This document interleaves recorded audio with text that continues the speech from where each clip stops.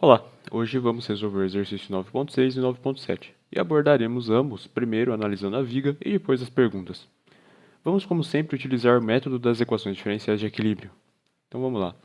Considerando a seção transversal mostrada na figura 9.6a, mostre que para que esta viga não se deforme plasticamente, é necessário que, aí tem uma relação, em que σy é a tensão de escoamento do material. Mostre que uma simples reconfiguração da seção transversal, a figura 9.6b, que tem a mesma área, permite a aplicação de uma carga 13% vezes maior. E aí tem o 9.7. Determine os pontos desta viga em que é possível incluir rótulas sem que a distribuição de tensão normal seja modificada.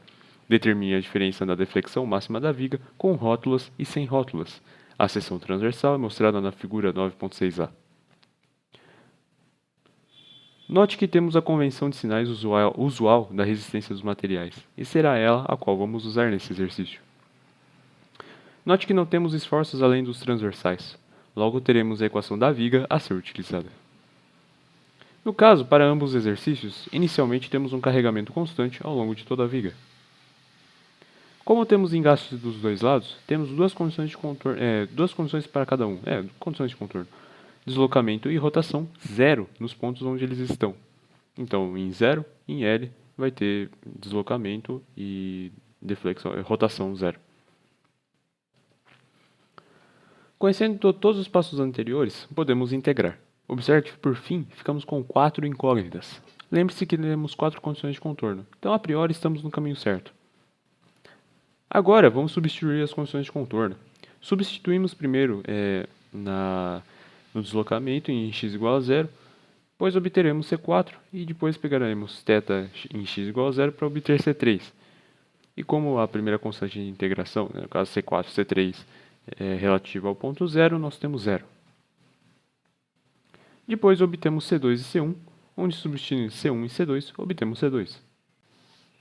Assim obtemos as equações finais. Chegar aqui, se você não teve dificuldade nos exercícios postados anteriormente, não é muito complicado, porque o carregamento é bem simples. Agora vamos fazer as análises. Eu vou ler novamente, porque até esse ponto você já pode ter esquecido. Considerando a seção transversal, mostrada na figura 9.6a, mostra que para que a viga não se deforme plasticamente, é necessário que, aí tem uma relação, em que σy é a tensão de escoamento do material. Mostra que uma simples reconfiguração da seção transversal, figura 9.6b, que tem a mesma área, permite a aplicação de uma carga 13% vezes maior.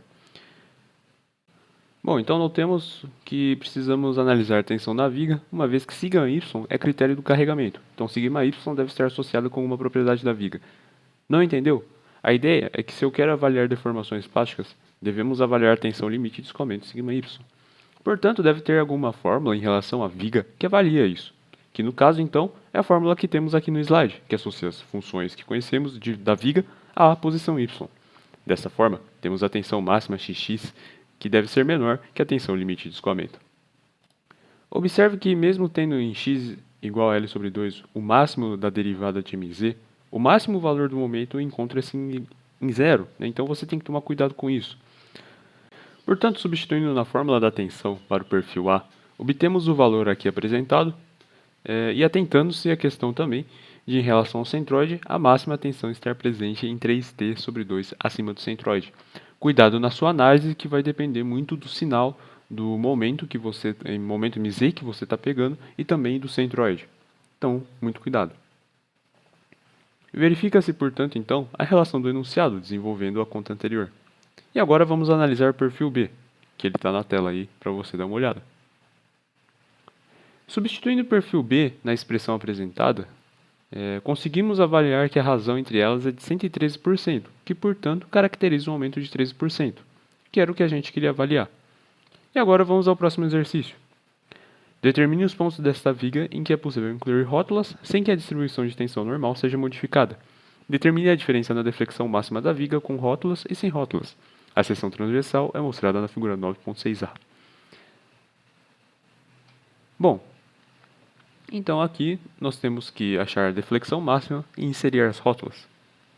Sabendo que os picos ocorrem em x igual a L sobre 2 por causa da deflexão, encontramos a máxima deflexão. Posteriormente, procuramos onde o módulo é igual a zero, achando as raízes do momento fletor. Agora vamos refazer nossas contas. Observe que incluímos as deflexões da rótula nas nossas equações de carregamento. Concomitantemente, temos 6 condições iniciais. Integrando novamente, obtemos 2 incógnitas na rótula, mais 4 constantes de integração. Substituímos as condições de contorno e vamos encontrando as incógnitas.